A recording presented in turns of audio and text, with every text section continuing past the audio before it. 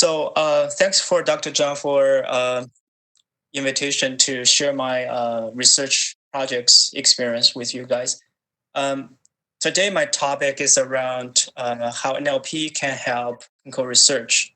So I'm going to talk about three parts. So in the first one, I will talk about how NLP can help us for the clinical research specific in a special domain, which is dietary supplement safety. And second one, I talk some in general information extraction, which is one of the important NLP tasks in both electronic health records and also clinical trials. And also a briefly introduce our NLP tools and services at the University of Minnesota. Pharmacovigilance actually refers to drug safety. So this is another word for drug safety. But you can leverage a lot of different variety of data, big data. For example, the individual case report or regulatory adverse event reporting system such as FDA FAIRS, or medical literature where the clinical researchers and clinicians they report their research studies. Medical claims, those also collect the data when patients and hospitals report their claims to the healthcare insurance companies. EHR, which also document detailed information about the patient conditions. Clinical trials data, which also document eligibility criteria and some outcome of the participants for those clinical trials. Social media, those people report their self-experience, such as Twitter, Facebook. There could be potential future data types, but we don't know yet. So all those kind of big data and also cover different types, sometimes reported by patient themselves or conditions or governance.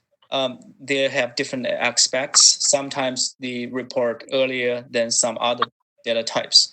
And also the variability is also reliability is different. For example, electronic health records and medical literature have more higher reliability than the others that are reported by patients themselves, since they don't have medical knowledge. Maybe when they report some safety signals associated with some drugs, doesn't mean that's could be true, but there's some association, but causality maybe is not need to further determined.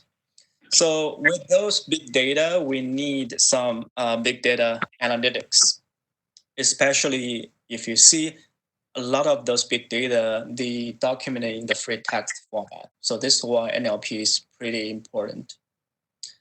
In the healthcare and analytics, NLP can extract information, classify them. Sometimes they can summarize information from a variety of sources, including clinical notes, biomedical literature, and social media, and some others. But those information can be converted in more structured way or summarized way to both healthcare providers to make a better decision, or for the clinical researchers, they can learn the future research direction or verify some findings from those resources. And sometimes those different resources can give you different kinds of information. Sometimes they overlap with each other. Sometimes they can supplement with each other. So today I will cover all three resources, especially in the part one, which is NLP to support dietary supplements clinical research. So first one I talk about we integrate online resources to develop a knowledge base and also the terminology. So this is online resources, and the second and the third study. We are talking about how do we expand the terminology in electronic health record clinical notes and also detect the safety signals from notes. We also mine literature to discover drug and supplements interactions and mining social media to further find safety signals. And eventually, we are also trying to provide a question answering system for consumers.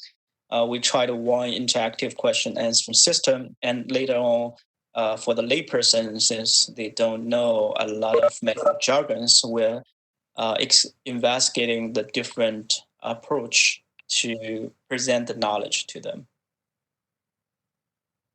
So dietary supplements refers to herbs, vitamin, minerals, and etc.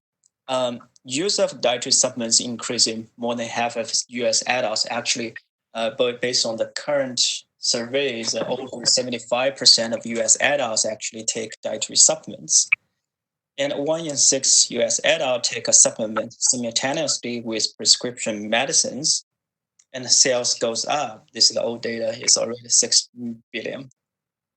But actually, doctors are fully informed about supplements. So this is a survey for the clinician in the entire, all of the world, over 1,000 clinicians. 75% of clinicians does not have enough information about supplements knowledge. So, but supplements are not always safe. See, this is one of the report from CDC. Say averagely 23,000 annual emergency visits actually due to the supplements. And there's a lot of drug supplements interactions since people take both together. But sometimes it can increase the risk of interactions. For example, docetaxel is one of the cancer drug. If the patient also take St. John's wort together, which happened a lot, the high-performing component within the St. John's wort can induce the docetaxel metabolism 3P450, 3A4. So this can increase a lot of interaction between each other. But the reason for that is dietary supplements are regulated differently from the drugs. So this is one of the regulations called DSHA, which they said is different from prescription and OTC drugs, and safety testing is not required before marketing. And a post-marketing reporting system only required for serious adverse events such as hospitalization, disability, or death. So you will find there's a very limited reporting, and then there's a reporting bias for sure, and then there's a limited safety testing before that. So this is why the supplement safety research is so limited. It's not required for clinical trial. You not find any safety issues until the new supplements on the market. And since the adverse event reporting system is voluntary, so it underestimates the safety issues. And pharmacy study usually focus on very low level, very limited number of supplements.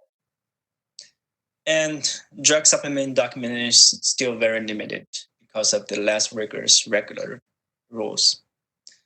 But how can we use informatics and NLP or AI to support dietary supplement safety research? There's a different variety of data resources. For example, online resources, there are different resources that provide some dietary supplement knowledge. Maybe not comprehensive, but if you integrate them together and standardize them together, you will find more comprehensive information. EHR for sure, since they provide patients' data for supplement use and detailed usage information documented in the notes. So this is different from drugs, since drugs usually documented in the more structured way, but the supplement use usually is documented in the clinical notes. Literature contains a lot of PK/PD knowledge, can help us to define, discover the underlying pathway for DSI and find potential interactions by linking the literature. Social media contains customers' DS use experience, can help us to early detect some safety signals, which also demonstrate in a lot of drug studies. ARs So FDA also have another 8 years called CARES for specific for supplements. As I mentioned, that is still voluntary and also focus on some severe adverse events. So, but it's good resource to mine some DS and adverse event signals.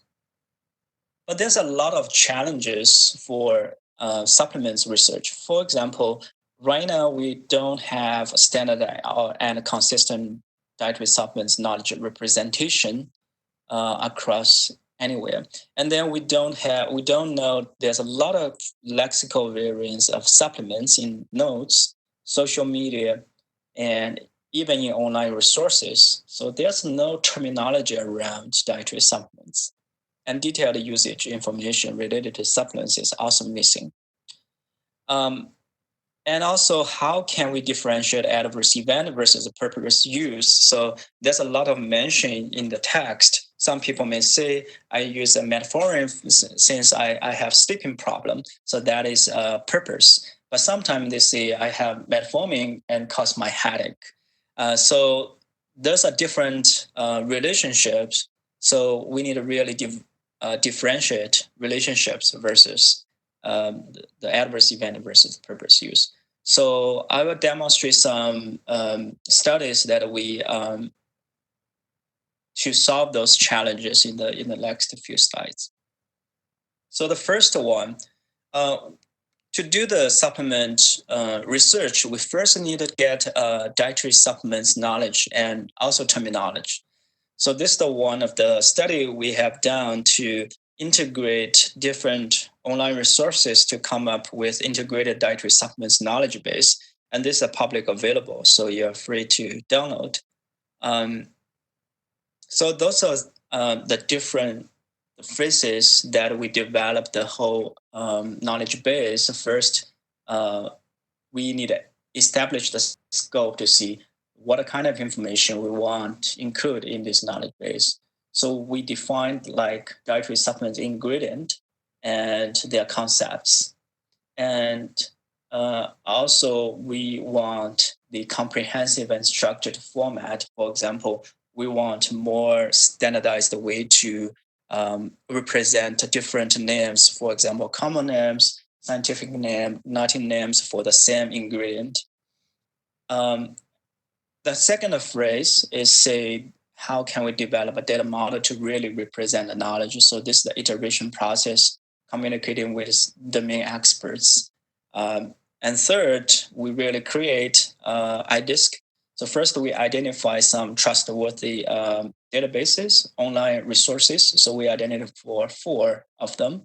So some of them is monographs, some of them is labeling data that developed by NLM, and then there's another one developed by Canada National Health Institute, and another one is online resources from the Mount Sinai Cancer Institute. So this is a general data model to represent dietary supplements. So if you see the central word is ingredients, and then here is kind of different names. You can think about this as a kind of scientific name, some synonyms, and we also provide the preferred name. So this structure is very similar to the UMLS. And we also come up with the corresponding information, for example, like source of material, semantic type, category of ingredients, background safety, mechanisms of action. We also include all the dietary supplement products associated with the ingredient. Some products can contain multiple ingredients. We also include that. On this side is more knowledge about, for example, the interaction with drug and also the interaction rating, interaction severity. And also for the drug, we give them the right now is UMLS, and also future we'll give the RX norm code for those drugs. So it's future is easy to communicate with other standardized terminology, and also for easy to search. And effective for disease, that is kind of purpose of using the ingredient, and has some therapeutic class is very similar, but this is a higher level class, and also had adverse event as sign symptom. So all of them are mapped to the UMLS. And also there's had adverse event on some system organ. This is a map to the MEDRA, which is one of the adverse event terminology. We also give them the preferred name across this terminology. This is the one of the example for alpha. So if you see those are different names here, but you can see the synonym, the lexical is different. So without this knowledge base, you cannot, if you want to search, for example, online alpha, you probably only search alpha or some lexical variants like misspelling, but you won't know they have some scientific name like this and some other synonym. So here we only list one for each, but there's more than that. And then here there's a different category and background. There's actually a text. We only include some of them. The safety as well. So this is the only one of the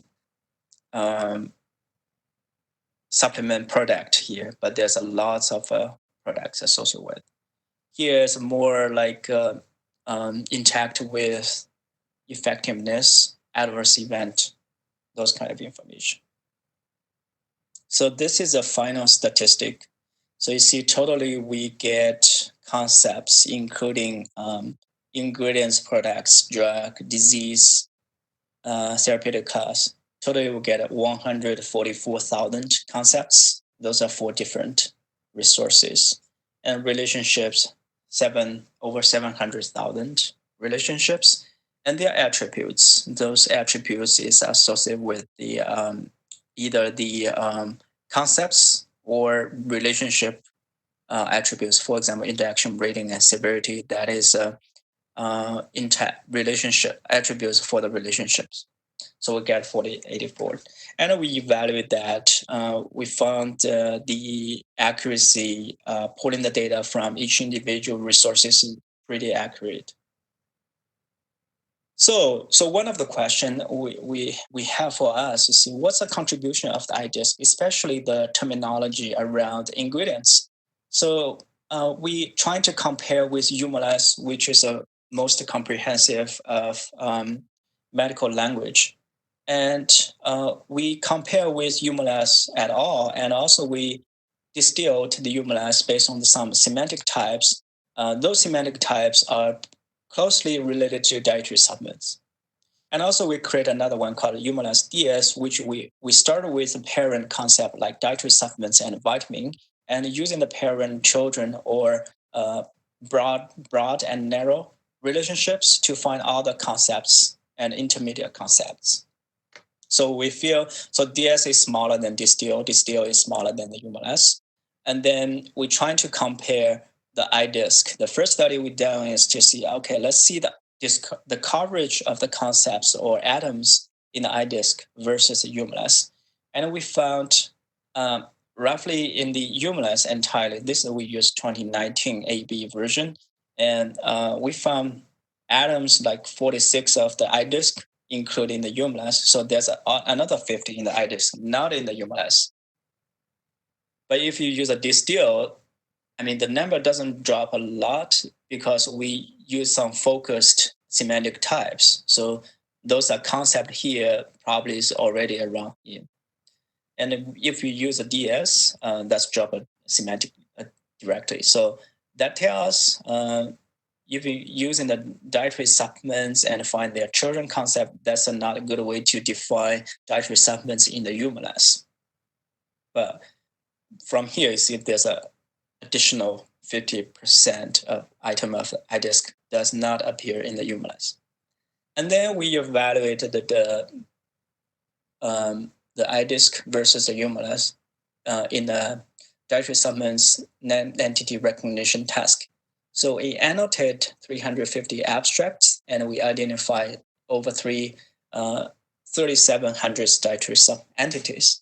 And we just use a very simple dictionary lookup using quick UMLS installation, trying to just see what's the contribution of IDISK. So the performance is not that great since we only use a very basic, simple dictionary lookup. We just want to see the contribution. But you can see the precision is pretty high compared to all the UMLS, and F measures is great. And recall, if you use a union, which we use IDISK, you can think about union as kind of ensemble method that take the union of the outputs of IDISK and the UMLS DS, and it got a higher recall. So we use both linear and strict is exact match. Linear is your prediction, and gold standard has some overlap. So both have the same similar trend, like IDISK as a domain terminology have more precision, very precisely identify the entity with the other. But if you really want a high recall, you can use a union. So use IDISK plus UMLS DS, you can get a better recall. But in electronic health records, clinical notes, that's different scenario. Since in biomedical literature, you don't see a lot of lexical variance, and you don't see misspelling actually. So we're trying to see if we can expand the terminology of dietary supplements from clinical notes, including the semantic variance, brand names, and misspelling. So we use the word embeddings. Specifically, we use word to vec and glove. This is done, I think, 2018-ish. So we use word to vec training in our corpus, and then we found a lot of misspelling, black cohorts. So I mean, those misspelling definitely not in the IDISK terminology, since we can find those information from online resources. And brand name we may find from the products, but in the ingredient we probably need further to extract brand name from those associate products. But here you can directly find those brand names. And this one even missing R here. Here the corresponding examples. Valerian, so this is like flip around the A and E, and this is the additional N and misspelling O. You may see, okay, that's probably just one or two misspelling, but you see how that can impact your information retrieval. So we are comparing, only use the base query, which is just the initial query, versus the word to vec expanded query. So we found this is the number of nodes, additional nodes you found. Some of them you get 62%. You see how many additional nodes. And this one, turmeric, there's only one misspelling here, but you see 45% of them. So that's a lot of lexical variance appear in the clinical notes, and misspelling is predominant in clinical notes. And this is the number of additional patients you can find using the expanded terms. We also compared with the external resources. Expanded query refers to one of the resource we integrated into the IDISK, and we compare can those resources can expand the terms, and would that be better than the word embedding expanded a term in the clinical corpus? And we found in majority of the cases still not. The word embedding still can improve a lot, but some of the case the external expanded query can have a better outcome, but still very minimum. So this is the additional number of patients you can find here. And then the second study we have done in the clinical records is, as I mentioned, can we differentiate different adverse event versus indication in the clinical records. So there's some adverse event, for example, get headaches with black cohort, but some indication which is black cohort for night sweets. So that is purpose used. And then there's some temporal relationships as well. And for developing those NER and relationship extraction, especially can help to do some safety surveillance around dietary supplements used for patients. So we focus on widely used in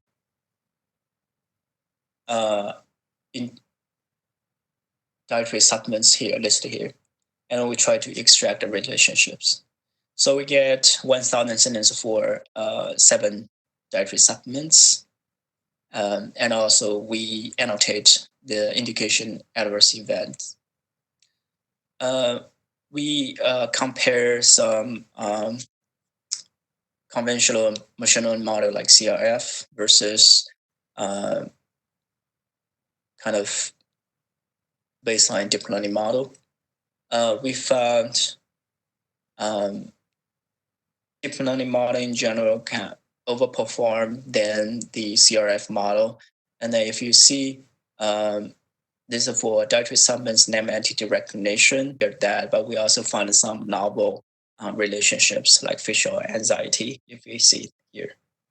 Fish oil, as they can help improve some anxiety and depression here.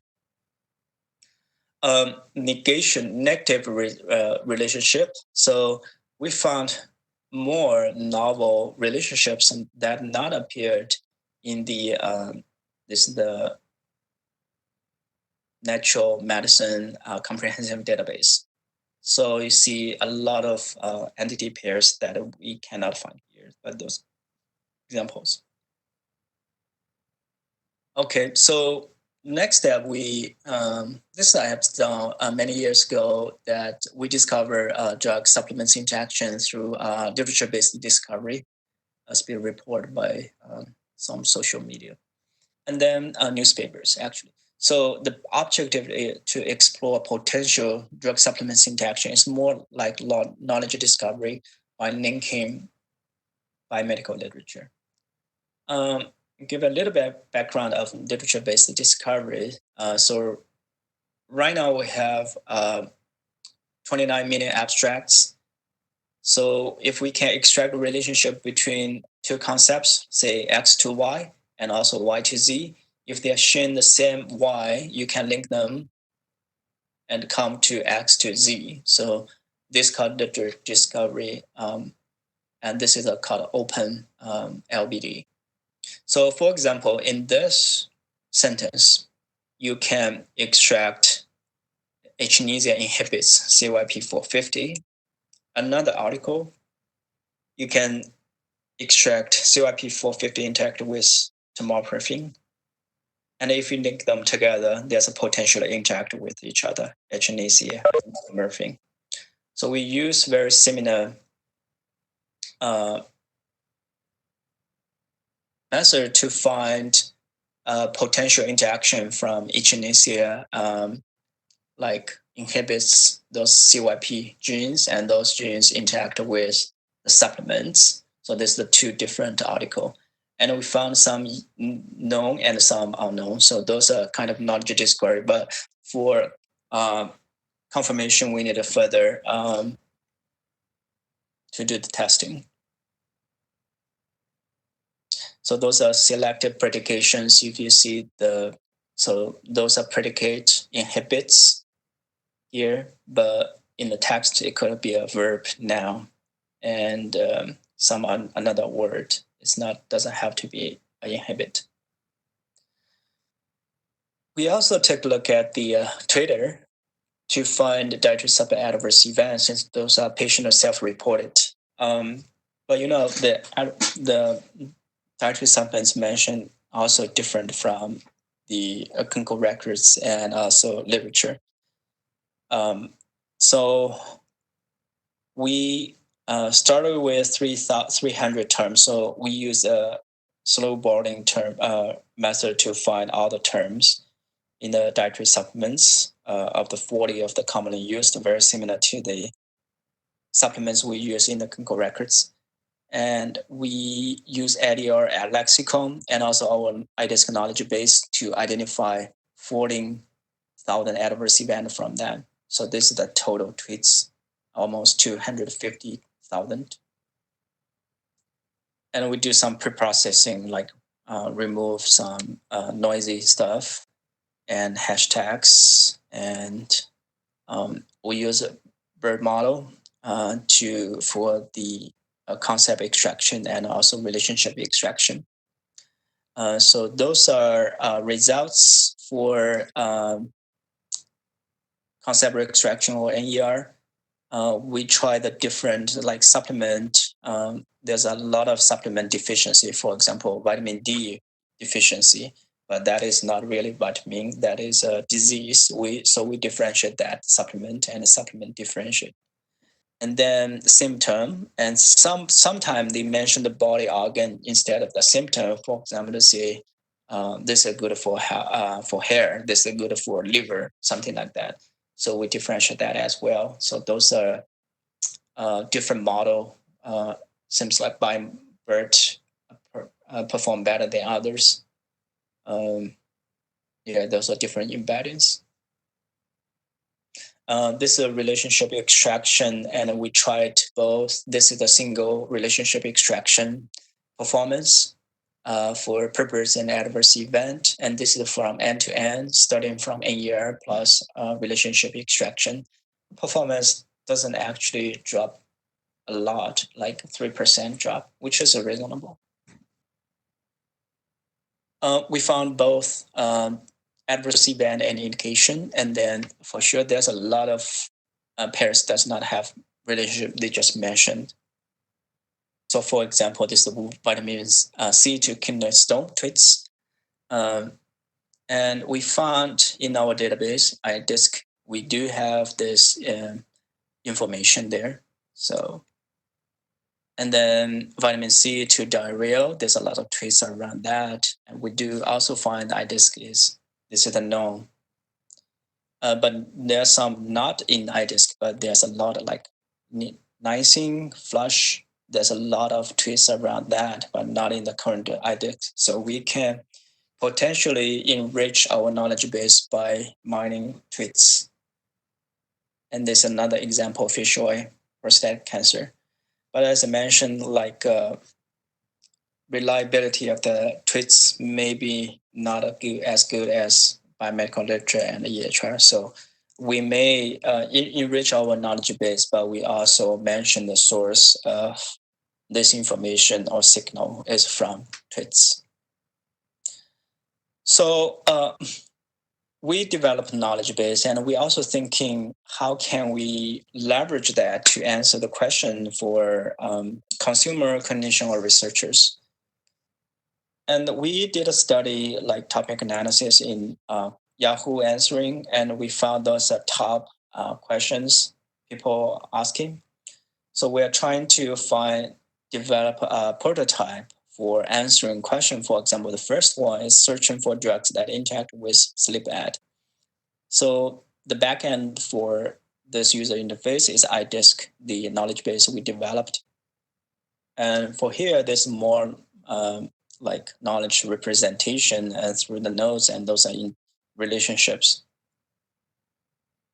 And then you can find the melatonin is one, left dipping is one of them.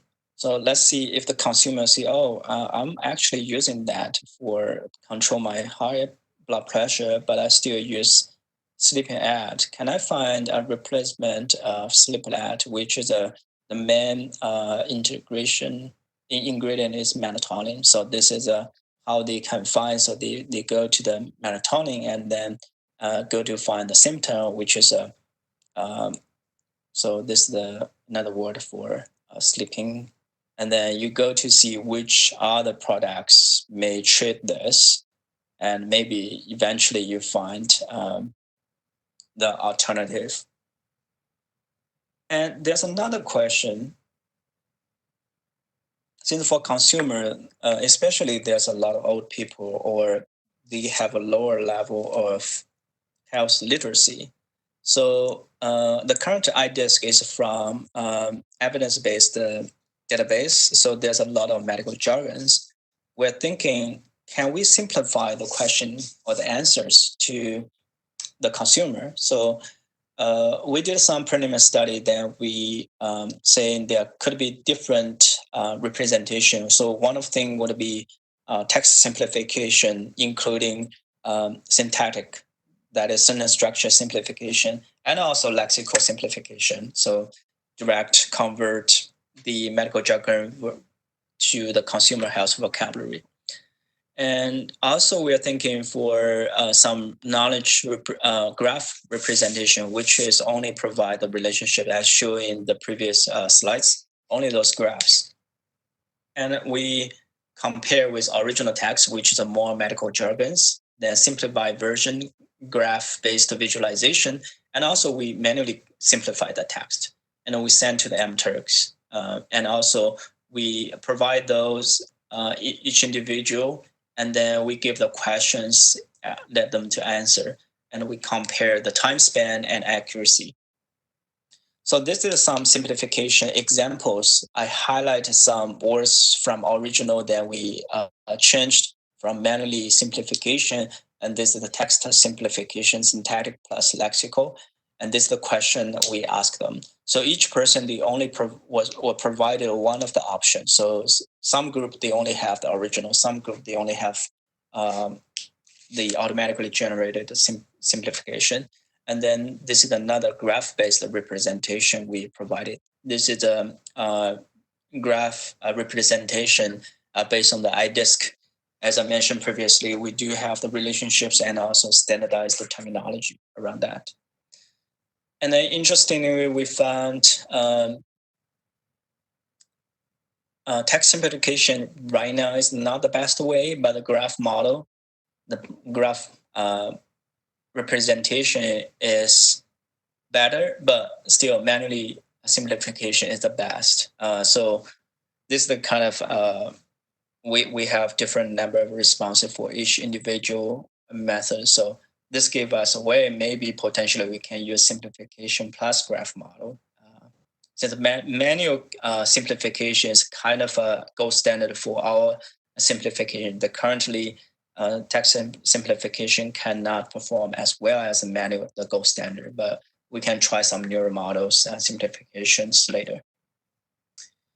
So further, I want to give you some other not related to dietary supplements, but in general information extraction we have done with some contract or Mayo Clinic. So one of them is breast cancer receptor status phenotyping. So phenotyping usually can identify the case and control group, so it's very important. But precision medicine phenotypes request that we get more deep phenotyping. For example, in the breast cancer subtypes, there's a different receptor status. We include here like ER-PIER, HER2, triple negative. But typically, they are not in one space you can find all this information. So we're trying to develop NLP-based precision phenotyping method to identify receptor status. And we compare the data source coverage on receptor status in male data. So those are the overarching overview of the methodology. We go through both structured data, and also we go to the unstructured data corpus, including clinical notes and also pathology reports. We try different ways. So we try to find the prescribed medicine. Since some medicine that's a targeted medicine, if you have that target medicine, for sure you have some corresponding receptor status. So we go through the medication orders in the structured data, and also we include those medication mentions in clinical notes. But in addition, we also directly just go to the clinical notes and pathology reports to find those receptor information. And we did a comparison here. As you can see, this is the first part is only the prescribed medications. So this is structured data, and we search medication in the notes. And this is a medication in both both structured data and notes. And here you found better coverage than the previous two. But if we go to a clinical narrative, not just search the medication, but also search those receptor status in clinical notes pathology or either of them, we get better coverage. And totally, we get almost 96% overall if you compare with them. Like if you only find medications, 77%. If you find everything from the notes, 92%. If you bring them together, it's 96%. I mean, those are different details for different coverage. This is a study we did a consultation for Medtronic. This is a leading medical device company in US. So they trying to understand if patients get the CRT device, can that improve their one of the indication called New York Heart Association. So the expected outcome is that improve NYHA from better score, from worse score to better score. But NYHA is very objective kind of assessment, and also they only have 4 classes, but based on the patient's symptom, there are different description of that. So sometimes, most of the time, they don't really document it in a structured way. So this is called functional status. So we're trying to help them to identify or classify NYHA from clinical records. So we found from, we did a coverage of overlap of NYHA from clinical notes, diagnosis local codes. So those are codes with explanation. So we use explanation, not the code itself. And also narrative fields with procedure. So all of them is narratives, but associated with different like diagnosis codes or procedure codes or the clinical records. But still find clinical records contain majority of the information. And we did this study 3 years ago. We just used very simple machine learning algorithms.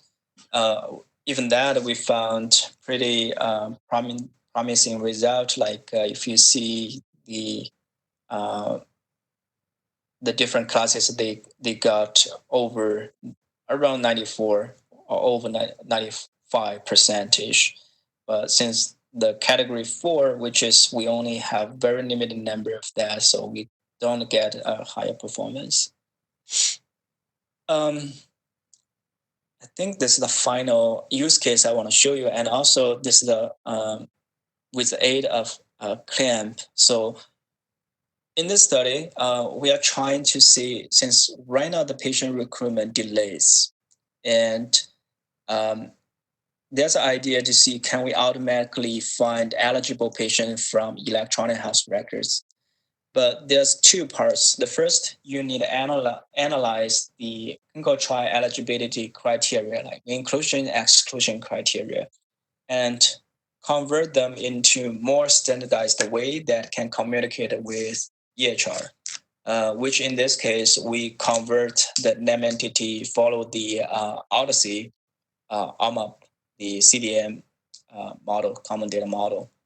And then the second part would be, can you convert that into the computational criteria, and then you can communicate with EHR using NLP and other structured data to find eligible patients. So here we did some preliminary study using NLP to parse clinical trial eligibility criteria. And in the study, we tried deep learning models that own the CLAMP platform. And this is our kind of annotation. We're trying to split that into the entities and the attributes based on the Odyssey AMAP data. And those are annotation and ERs, like demographic observation measurements. We try 3 state-of-the-art deep learning model: BERT, Robert, Electra. And then we focus on mental health and with dietary supplement clinical trials, 149 trials. And then this is the different semantic class and the number of entities, but still you see those are not really, distribution is not uniform, and then some are pretty lower than the others. So, but this is a premium study. We're trying to extend our annotation. But you see, in general, Robert outperformed than the other two. Even the lecture is most recently and outperformed in other tasks. But in this task, clinical trial, parsing is not as good as Robert. And we provide both strict and lenient.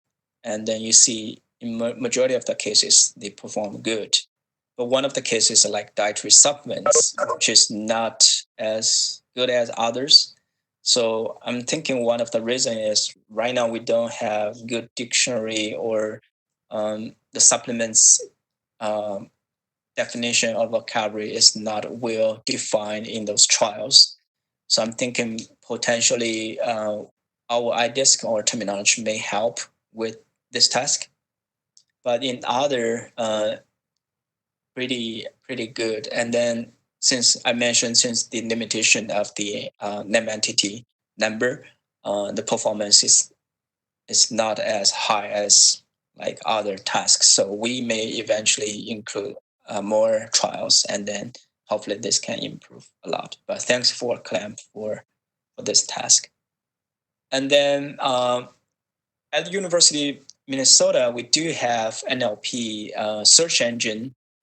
We have our own NLP tool, and then we find the name entity from each clinical record, and then we use Elasticsearch to index those notes, and people can search. Right now, we have over 170 million and almost 3 million patients. And the NLP-PIER is patient information for research, patient information extraction for research. So there could be keyword searching or query searching, and then you have different query syntax. And also we use Vertovect-based query expansion to provide misbalance and context-related terms for people. So this is the one like word embedding, word vector-based suggestions to see misbalance. So those are trained in our own corpus. So you can find those. So those are different. If you include that, what additional notes you can find, and this is the semantic related terms based on the semantic related score. This is cosine symmetry of that. So from higher to a lower. And this is a kind of user interface for that. If you see here, those ability to search the role of the nodes SMD like surgery, and this is different concepts. Those are based on HL7 LOINC document ontology.